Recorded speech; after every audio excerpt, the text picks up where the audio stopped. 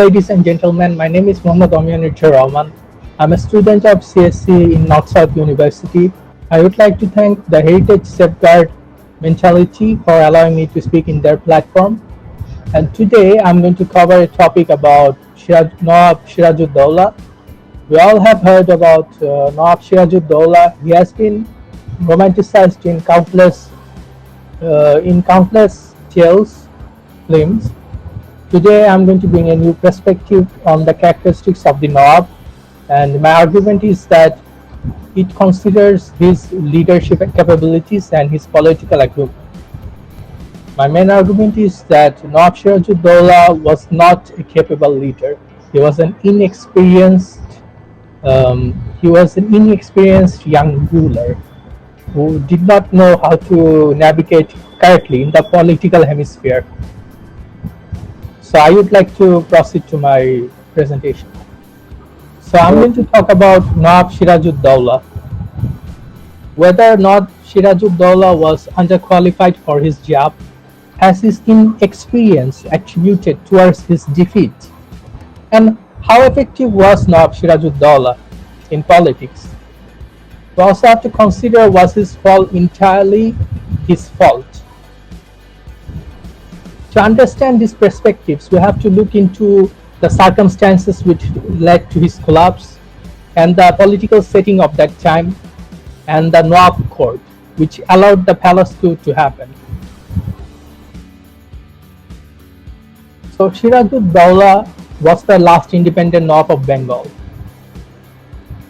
And after his fall, for nearly 200 years, the Indian subcontinent were under the British rule. Many have argued that this was a result of the Nawab's inaction, and even the people who tried to defend Nawab's decisions said that he was too young to navigate such situations. So inexperiencedness is a factor which is being repeatedly brought into the argument regarding Sirajuddaullah's rule. He died at a very young age, compared to some at 30 years, betrayed by his own official, Mir Jafar. So what were the factors which led towards his fall? Most arguments regarding Siraj were made by British East India Company, British historians, and many books that were written in the Indian subcontinent were written under British rule. So we have to consider the legitimacy of these reports. And the books that were made in the 80s or the 70s were made under the impression of a rising desire for the independence in Bengal public. So we cannot use the films as a basis for analysis of Siraj's characteristics. We have to look into the historical facts. We also have to consider the political setting of that time, because during that time the Mughal court was rapidly deteriorating. Betrayal and the grab of power was a common occurrence. We can see it in the case of Sarfaraz Khan, whose father took the power from him, and when Sarfaraz Khan took the power back after his father's death, it was taken from him by Alivardi Khan, who was a more political and capable leader. Even though Sarfaraz Khan was a soft leader, he did not have the necessary political acumen to keep his power. And the similar situation arrived in the time of Siraj. Even though Siraj was a capable warrior, Mughal court was very weak at that time. So we can consider the Nawabs who were given authority by the Mughal. They were independent rulers basically. Due to Nadir Shah's invasion, Maratha's invasion, and Ahmed Shah's invasions from Afghan and Persian empires, the Mughal court became very weak. And this desperation, and the Mughal and the Nawab leader at that time was very popular. So which allowed the Sultan to give Nawab permission to rule as vassals. They just had to give tax to the Mughal Empire.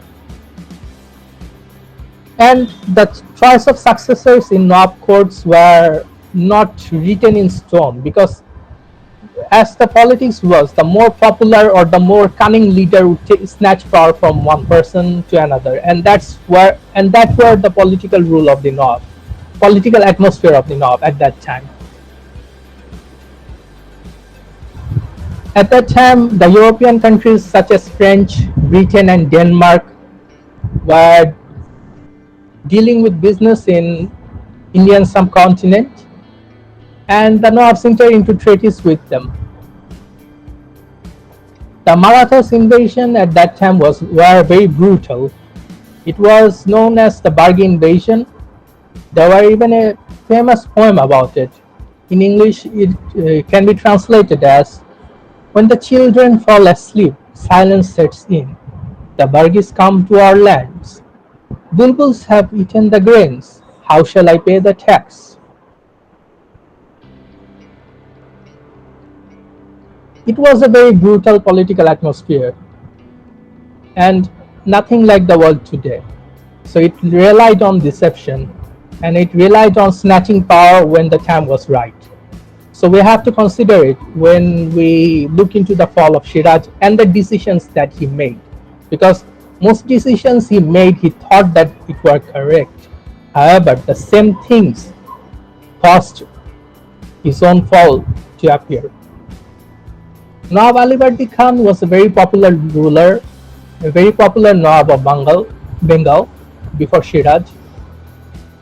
He had no sons, but his youngest daughter, Amina Begum's eldest son, was Shiraj. The main decision that might have allowed Shiraj's ascension was that Alivardi Khan gained power at Patna when Shiraj was born. So he took this as a good omen, because this was the time where people took those things seriously, even though it was after the time of the Sufficients, and it contributed to Shiraj's ascension. His grandfather loved him very much. So we have to see that Shiraj's upbringing was impacted by Alivardi having no sons and looking for a legitimate heir.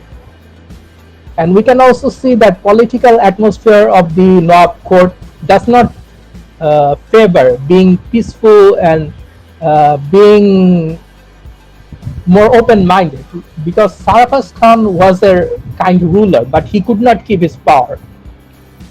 He did not have the political strength or the charisma that Alivardi Khan had. So these things influenced Alivardi Khan's reign.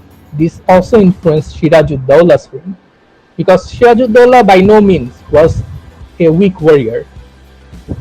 He went on to battles with his grandfather during the war with the Marathas.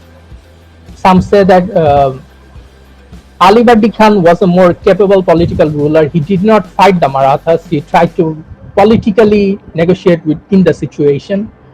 In the book Riyaju-es-Salatin by G.H. Salim, it says that Alivardi went from Orissa to Moknapur with 5,000 cavalry, 4,000 infantry. It was debated his bravery took the attention of the Afghan troops. He even asked his Afghan general, Mastaf Khan, for support or to kill him and his grandson during the Marathas invasion. And the accounts also say that Mir Jafar was unhelpful and cowardly at the battle with the Marathas, in the Marathas invasion. However, we have to consider that the book Riyaju-es-Salatin by G.S. Salim was written in a very biased way. So the author of the book did not maintain a neutral stance. So anything we take from the book have to be taken with a grain of salt.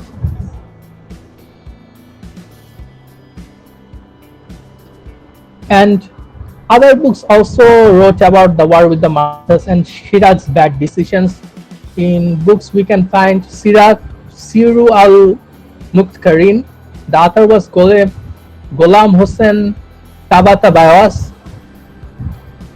Riyaju-es-Salatin by G.S. Salim mentions that Tabatabai was an ally of Mir Jafar and East India Company. However, this claim was not verified. Shiraj was ascended in April 1756 at only the age of 23. So 23 is a very young age for a person to be a ruler. And even the book Riaju es Salatin and other books which have defended Nawab Sirajuddaulah's character, they have come to the same argument that the young Nawab was very young, he did not know what to do, he did not have the right mindset for ruling. Even though some decisions he did, he thought he was making the right choice, he was being political, but they proved to be his own downfall. Even positions defending his stance have claimed that he was inexperienced. Sirajuddaulah at an early age moved Nawab Izzaz-di-Daulah Atullah Khan, who was the Fujadar of Akbarnagar.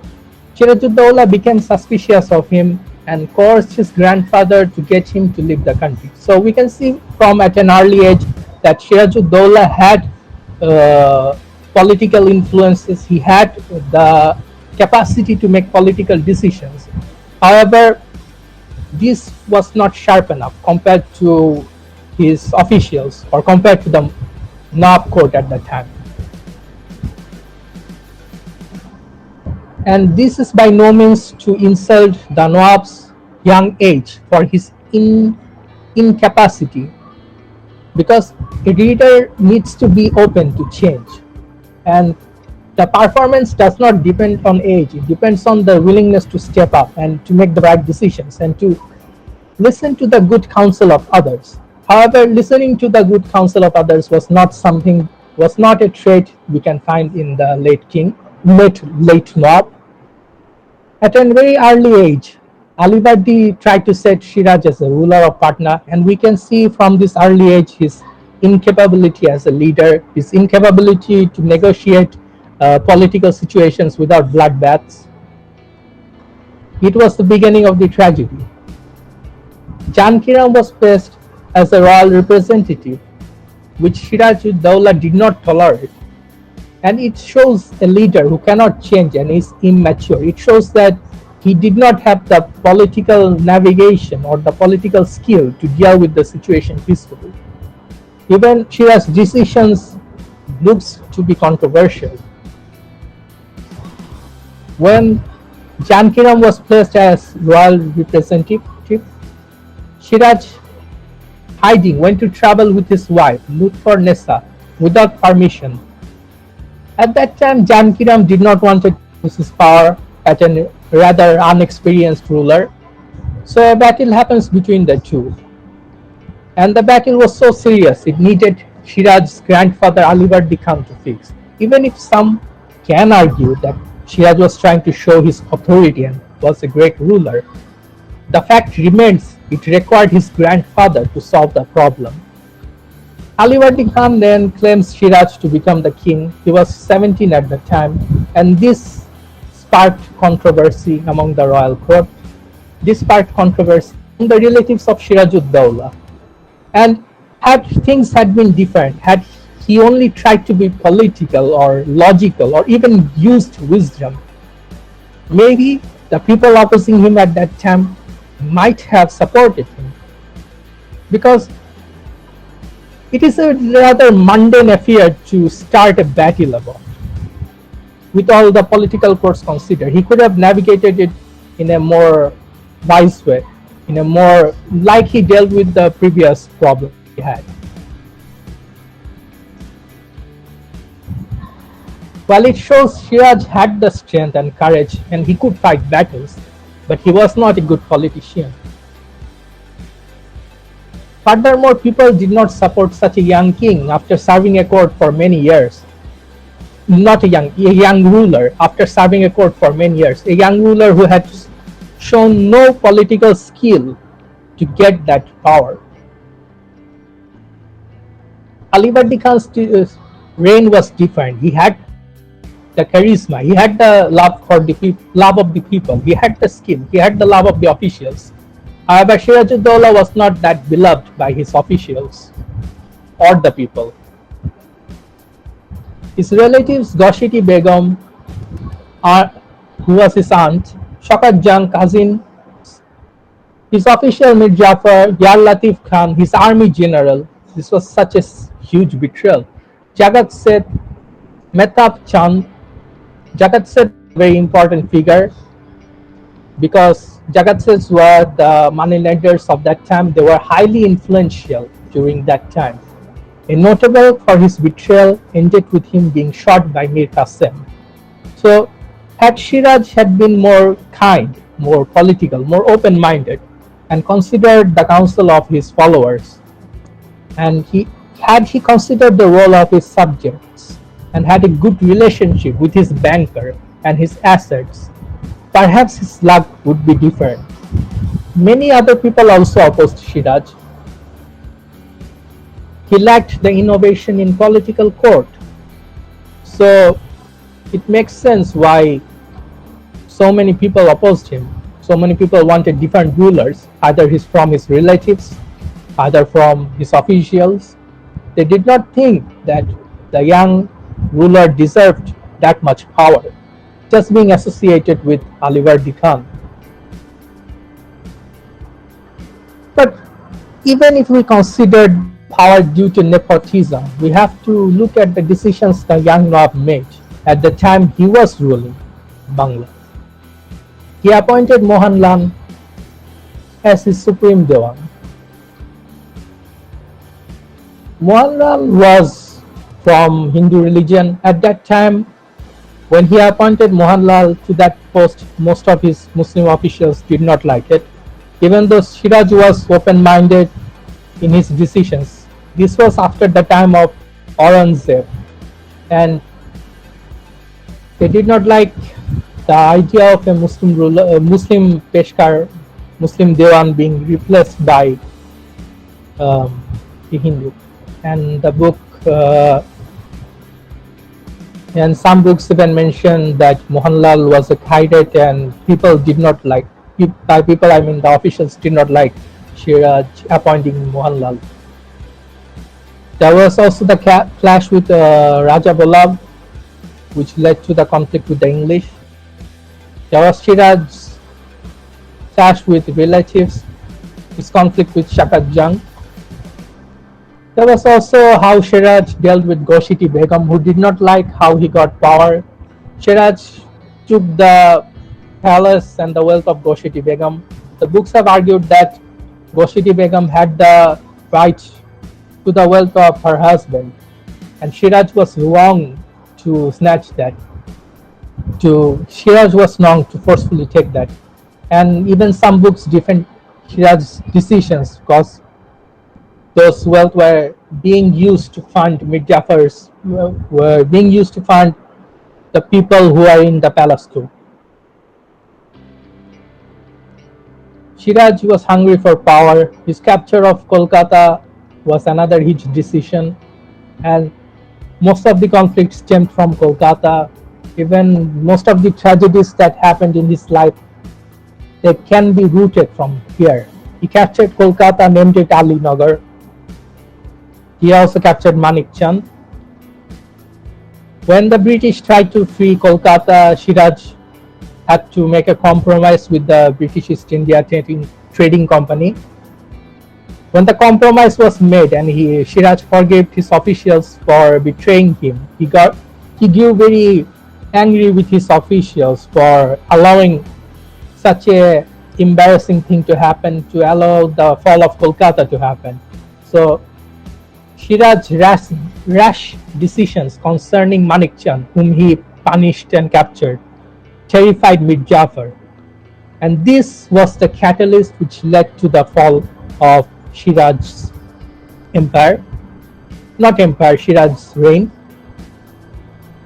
Because Mir Jafar, before that time, did not actively did anything that harmed Shiraj. But after Shiraj captured Manik Chand, Mir Jafar grew very afraid, and he had to consult with the British. And furthermore, many things Shiraj did not help his matters, because after failure of one of his battles, he placed batteries in Mir Jafar's house, car batteries, and threatened. He placed explosive batteries in Mir Jafar's house, and he threatened to blow it up. So Mir Jafar was very afraid of how the young Nawab was acting, and in his desperation, he tried to consult with the British East India Trading Company. Mir Jafar sent a letter to asked Amit Beg to send a letter to Lord Clive, and we can see that Siraj did not have the political cunning, nor did his messengers had the political cunning, uh, because when Mir Jafar sent Mir's letter, when Mir Jafar sends Amit Beg's letter to gave the letter to Amit Beg, none of the messengers checked what were written in it. Even the message had clear proofs of betrayal. Had they bothered to look, the entire coup could have been prevented. In the message, it was written to Clive, matters just delayed, and being in the meantime apprised of the discontent among Bengal Nawab. The letter shows there were unrest in the Nawab courts, and the Nawab was very angry of the failure, and people were afraid, the officials were afraid, and they wanted a new kind of ruler, a more cool-minded ruler, according to the letter I'm basing it. So that conflict with Shakat Jung was an argument that the historical books have said that it was manipulated by Mir Jafar. However, Shakat Jung was Siraj-ud-Daula's relative.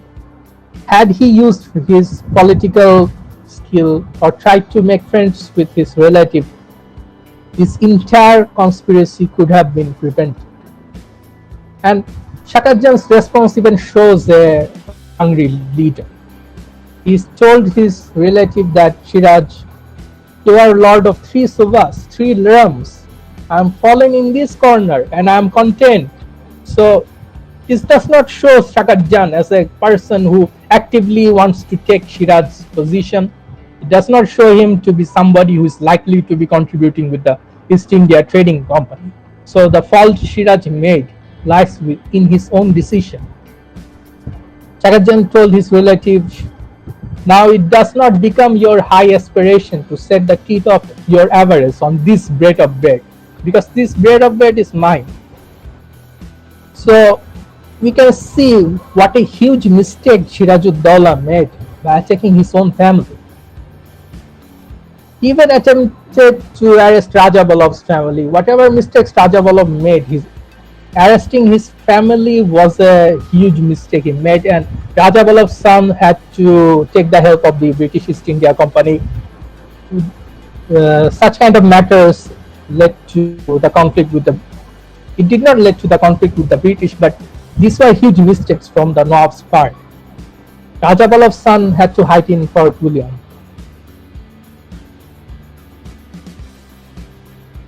And the different historical books accuses Siraj-ud-Daula of having a very fearful presence, a person who uses harsh language.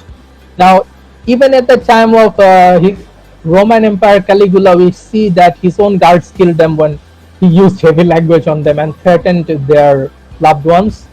So, as a ruler, no matter how powerful he is or no matter how strong he is, people should not use such kind of wordings or should not create hatred among own officials. Fearful presence is required, but it was not a respected fearful presence. It was a hated fearful presence. So this allowed the betrayal.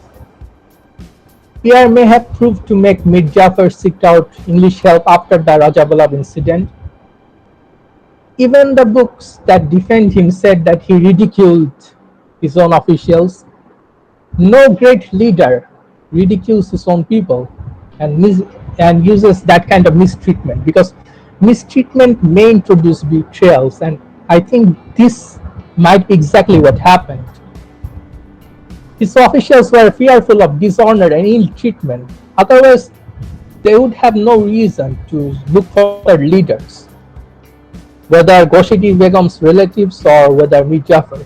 He had a very open mouth, and he could not keep his criticism or his thought to himself.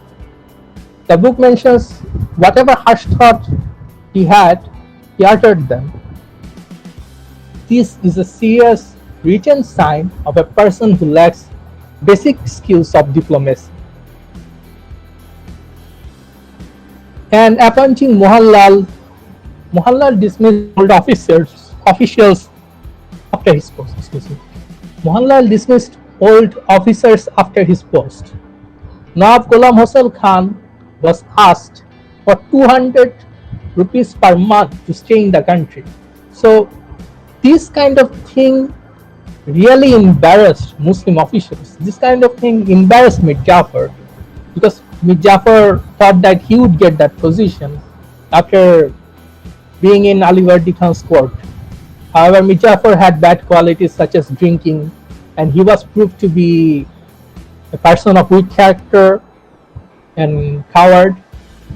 So Siraj-ud-Dowlah did not trust him with that position. However, this displeasement led to the betrayal. After Shaka Ahmad Jan's death, when Siraj arrested Raja Vallabh tried to bribe him with money, but it did not work in his favor. Siraj-ud-Dowlah would not listen to any reason. Some would counter that Siraj made these decisions to save himself from the court. However, all these decisions pinned him to the corner, which led to his demise. After Siraj-ud-Dowlah's plunder of Kolkata, there was the infamous Black Hole incident. It was so infamous and it was so romanticized in the historical tracts of the British Empire that it turned him into a major villain, a very cruel person, regardless of what the reality of the situation was. He even used untrained officers to fight one of the greatest naval forces of the world at that time. The British Empire, the British East India Company, was very powerful. Even though they were defeated in the American Revolution, their forces were one of the strongest in the world. And Siraj's battle with them using untrained officers who have never fired a cannon in their entire life, and a battle in the rain regardless, without any precautions, without any plan, and having a disloyal official such as Mir Jafar. It was one of his hugest mistakes, and it led to him being on the run. His soldiers did not have any skills at firing cannons, as the battle proved. Even if they did, the betrayal of Mir Jafar ensured that they could not win. In some tracts, Robert Clive said that his army could have been defeated with the amount of soldiers Siraj had. However, the betrayal at Kolkata, the betrayal at Palausi ensured Clive's survival. Siraj's mistreatment of people in Black Hole of Kolkata has been heavily romanticized. We cannot verify whether the accounts given are true or false, or whether he is capable of whether he gave permission of it being committed. We can look into the accounts of Betty Joseph, a famous historian, who said that this Black Hole of Kolkata incident made it possible to believe that British rule in India was not created for British to rule. It was a justified response. It was a response for the righteous action to punish the Indian perpetrators of Black Hole. Even Thomas Macaulay argued that in order to show the advantages of colonial policies, he went on to great lengths to cast the Orientalist interests of early administrators as fallacy. This could be prevented if Siraj was a good ruler. Dismissing the Nawab figure in the process as a villain, quote unquote, with a quote unquote immense fortune, a tawny complexion, a bad liver, and a worse heart. And there were the accounts of a female prisoner who was brutally tortured, and it implied further horrible things. Whether this young lady, Mrs. Carey, existed or not was not verified, because it came from Holwell, and Holwell got into trouble from the court uh, due to the post of the British East India Company. Letters were made regarding Holwell's characters. Letters were also made regarding defending Lord Clive's character. It was a huge political situation in the British East India Company. And the public did not really care much about Siraj. They were displeased with him. Siraj officials were displeased with him. And we can see a similar conflict with British Empire and Nawab Mir Qasim, with same result but different opinion of the people, because Mir Qasim was more popular than Siraj. And Holwell tried to make Mir Qasim the Nawab of Bangla, and Mir Qasim was faithful to the Nawab system. He did not wanted the Mughal power. He did not wanted the British East India Company to have power. A series of events led to the conflict with the English, which ended at the Battle of Sirajud-Dowlah with British East India Company at Plassey. It all started in the 7 Years' War, which took place from 1756 to 1763. It was a very huge war in Europe. Different countries took place in it, and this war extended to Indian subcontinent. The French and England were fighting each other, and it also led to the creation of Fort Williams, because without the conflict between the two colonizers, there would be no requirement to create the fort, and the Fort William did displease the Nawab. The French defeat at Chandanagar in 23 March. At that time, the leader was Francis Dupleix, and Monsieur Law was sent to Murshidabad, because French East India Company were also trying to trade deals with the Indian country, with the Nawabs at that time, just as the British East India Trading Company. They were at conflicts with each other, and the 7 Years' War did not help.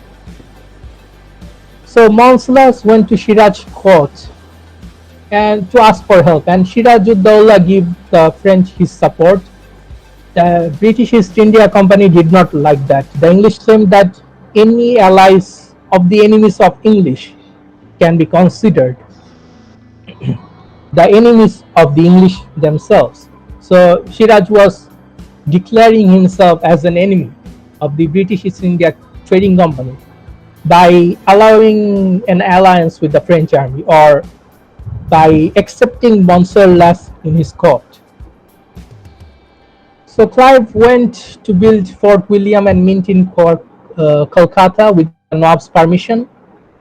Sirajud-Dowlah tried to send a letter to MBC to ask for help, and Lord Clive seized the and British East India Company seized the letter, which greatly offended Sirajud-Dowlah. It showed that he had no real power in the country. Even though he was trying to make a political alliance with the French, it did not help him that much. Siraj was worried about the huge profit the British East India Trading Company were making, because the fortification without his permission also worried him, because the British East India Trading Company were not paying taxes to the Nawab. He was greatly terrified of the increasing British influence in India.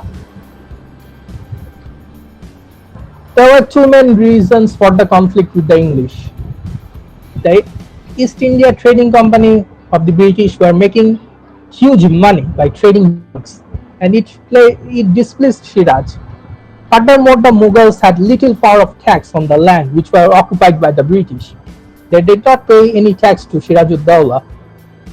And as I have mentioned previously, Lord Clive had created Fort William in Kolkata, and the British forces have occupied two villages, two villages in Indian subcontinent, Kolkata and Shotanoti village. So these were the reasons which led to the conflict of Sirajud-Dowlah and the English. It even shows the evidence that he was unsatisfied with the English rule. I have three, Sirajud-Dowlah says, I have three substantial motives for extirpating the English out of my country. One, that they have built strong fortifications and dug a large ditch in the king's dominion, contrary to the established laws of the country. The second is that they have abused the privilege of their dastards, it means trade passes, by granting them to such as were in no ways entitled to them, from which practice the king has suffered greatly in the revenue of his customs. The third motive, that they gave protection to such of the king's subjects as have, by their behavior in the employs they were entrusted, which made themselves liable to be called into account. This shows that Sirajud-Dowlah was very displeased with the English and he was prepared to fight with them. A detailed discussions of Dowlah's relationship with the company can be found in B.K. Gupta, Sirajud-Dowlah and East India Company. Gupta argues that the arrogance and the disobedience of the English traders angered the Nawab, and their constant provocations led to his decisions to ransack the fort, hence the Black Hole of Kolkata. And also, we can look into Sushil Chowdhury's Sirajud-Dowlah English Company and the Palace Conspiracy, a reappraisal.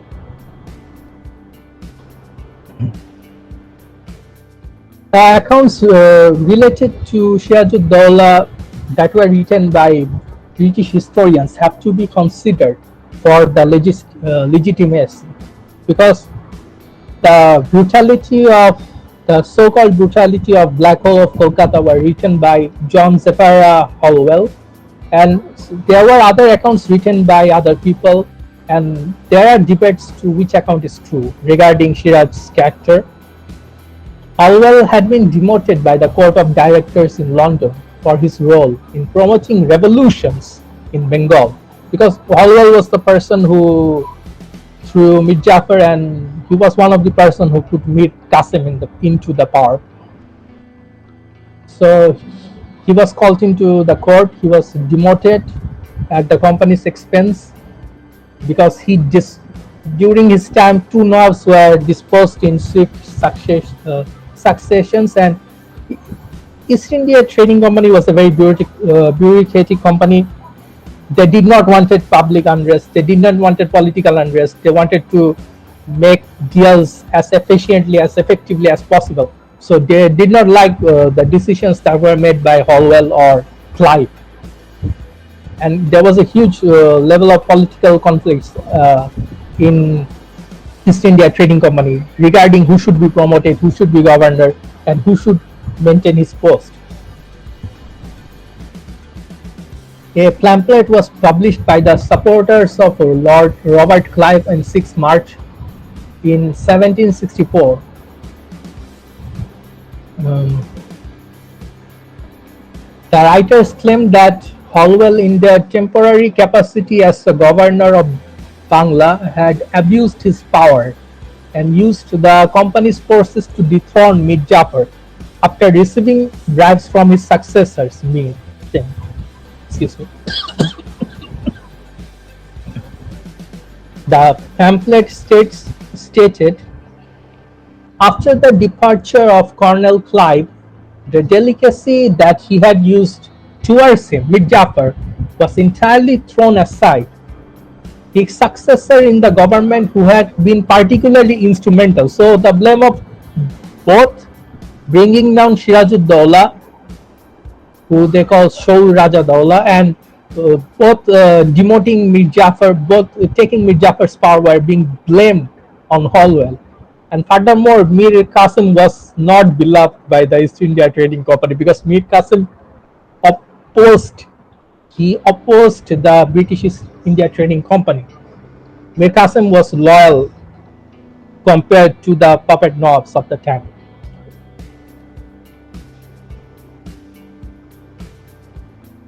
So the letter says that, and consequently, in occasioning the first revolution in Bangla, had arrived at his dignity entirely through accident, so he did not deserve his post of a number of seniors going home. Being blessed with a genius uncommonly fertile in expedients for raising money, he had projected and put in practice several imperial maneuvers. So the political situation was so bad at that time that Robert Clive had to return to India. There were talks about corruption. There were talks about Holwell using inferior maneuvers, being corrupt, and trying to seize power. Holwell's account may be biased to defend his reputation from a bureaucratic company because the internal politics was really bad. There are high-pitched accounts written about it. Furthermore, Holwell was getting infamous reputation of being knob changers. There is also the question of historians bringing omnichance character to introduce in British text to shift some of the blame, because the public were getting really distrustful. Why these people, why the colonializers are coming back to our country, taking wealth of others, and whether they are giving the wealth to the company or whether they are benefiting it, they are stealing the wealth to themselves. And Robert Clive was judged in court, and they thought that he was corrupt, he was greedy person, and it also led to his suicide. And historians have tried to redeem Robert Clive's character. Many have tried, whether they succeed or not remains to be seen. And the character of Omin Chand, was introduced in British text to shift some of people. According to some historians, he was also introduced to create a sense of conflict between the sense of communalism related conflict between the Muslims and the Hindus. Some accounts portray Shiraj as tolerant to Hinduism. However, the entire documents, whether they relate to Holwell's account, his two different accounts of Black Hole of Kolkata were entirely different. And there was another survivor of Black Hole of Kolkata who even said a further different account of the incident. So there is a lot of contradiction of what went on at that time, and there is a lot of contradiction in the Black Hole of Kolkata accounts regarding Nob's character, because in Holwell's earlier report he said that tolerant leader who saw mercy to his case. In other report we saw, in earlier report of Holwell's case, it showed Nawab Sirajuddaulah who saw mercy to the poor Holwell, whom even the British were cruel, who were demoting Holwell. But a cruel tyrant such as Sirajuddaulah saw mercy in Holwell and forgave him, in the first Black Hole account of Holwell. In the second account, when Holwell saw that he could lose his job and he could lose his post and could be disrespected further, he said that he changed his entire account of Black Hole of Kolkata, claiming that at his earlier report, he did not know much. He was confused by being captured for such a long time, because Holwell was a prisoner in the Black Hole of Kolkata. Holwell's second account paints Sirajuddaulah as a very cruel person who, after forgiving Holwell, removing him from Black Hole of Kolkata, sent him across the deserted wasteland, hungry and without any food. He was treated very harshly, and his body was deteriorating by the time he was freed. So the two accounts paint two different pictures, and there is also the case of Mrs. Carey, which calls Sirajuddaullah's character into questions. But all these accounts were created by a governor who was called to be an opportunist by his own people. So whether Sirajuddaulah was a good leader or a bad leader, every leader is influenced by the chains of command. Every leader is influenced by the courts and the council they keep. So can we blame a young ruler such as Sirajud-Dowla for his own policies? Can we even consider them to be his own policies? Because he was not responsible for the Mughal Nawab court system.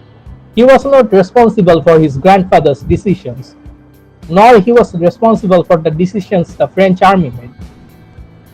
Sirajud-Dowla was a young ruler. His officials did not like him, and they would regardless would not like him due to the political structure of that time, which were based on deception. In fictional, we may compare it with the Sith if we go to that territory, but we must stick to the history for that. It was a very deceptive power because the Nawabs were unfaithful to the Mughals. They took the power from the Mughal by not considering them. Then Alivardi Khan did the same. He took the power from Faraj Khan by not considering him.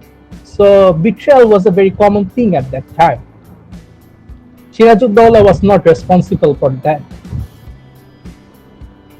And he allied himself with the French, who wanted to enter this land, who wanted to enter the Indian subcontinent for profit.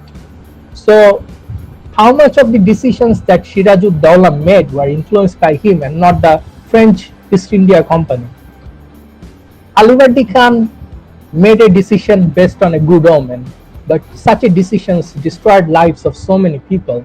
It led to such a huge tragedy, and it led to a subcontinent being under the rule of British Empire for 200 years. So we can blame Siraj's grandfather for his decisions to appoint such a young ruler based on omen and not teaching him the proper tools to be a sharp leader, to be a great leader. Because had he had good counsel, this entire tragedy could have been prevented. And the empire of Mughal were not that powerful at that time. Even though if we consider the British Empire having the best navy, they did not have the support of the people. Why American Revolution was very successful? Why French Revolution was successful, comparatively speaking? You need the support of the common people. You need the unity in the country, because without unity you cannot oppose such a huge power. And even with unity, if the locals of a land get that motivated to be independent, Mughals were not Mughals were not Bengalis, but I'm saying that if the common people were influenced, if they were motivated, if the officials were motivated, all the officials, if there was no political unrest, situations might have been different, despite the weak weaponry, weak naval system, etc. Sirajud-Dowla sent Mir Jafar away from court because he did not trust him. However, sending Mir Jafar away from court cost his unfaithful followers to not help him at the Battle of Chittagong and other places. So we can see also the fault of the Mughal system being unfair to officials, because it promotes people based on nepotism. It promotes people due to fraternity and not due to skill and accomplishments of others. If anybody should be blamed for the problem that Sirajud-Dowla made, it should be blamed on the system, because in a perfect system, such a person would not be placed in a position of power and influence. Had Siraj only placed wise counsel and earned his position, this entire tragedy could have been prevented. Had he only been politically sharp and patient, this fall would have been stopped. After the fall of Sirajud-Dowla, the French lost their power in East India. It was a huge loss in business. The East India Company were critical of the Nawab successions, and Clive's suicide may have had a hand in historians reviewing his actions and painting Orientals as harsh. The French went on to colonize Africa. So what were the significance of Siraj-ud-Dawla? Even many years after his death, we can see similar incidents as Siraj-ud-Dawla's reign. The same mistakes that were made at that time in politics today. We see nepotism, we see corruption, and we see the major fault of dynasty-based problems and the unwillingness of the people and the rulers to change and adapt to the current circumstances, to the current political hemisphere. Because if a leader is not politically sharp, if a party is not politically sharp, they cannot expect themselves to succeed over the people or the groups who are. And Siraj-ud-Dawla's incompetency led to such a great fall. It marked the end of independent Nawabs in India, and it was the beginning of the end. It was the beginning of the British supremacy in India. It was beginning of the end of the Nawab Mughal rule. If anything, that proved about the British supremacy in India, the Battle of Buxar solidified it, and it could have been prevented had the political court were very different, had the ruler been more competent, and had they promoted the right kind of officials. There are many ways Siraj-ud-Dawla could have prevented this situation. He could have improved his station.